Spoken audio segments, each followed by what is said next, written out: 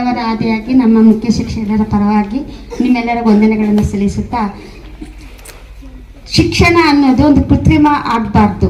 ಮಾನವತೆಯ ಒರಟು ಅದಿರನ್ನು ರೂಪಾಂತರಗೊಳಿಸೋದು, ಶಿಲೆಯನ್ನು ಮಾಡೋದು ಒಂದು ಶಿಕ್ಷಣದ ಕೆಲಸ ಆಗಬೇಕು.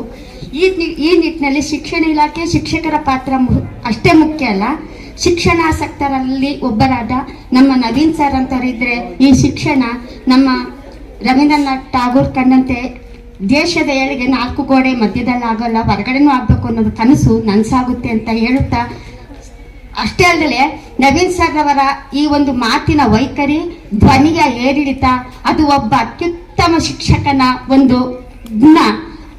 ಸರ್ ಏನಾಗಿದ್ದಾರೋ ಗೊತ್ತಿಲ್ಲ,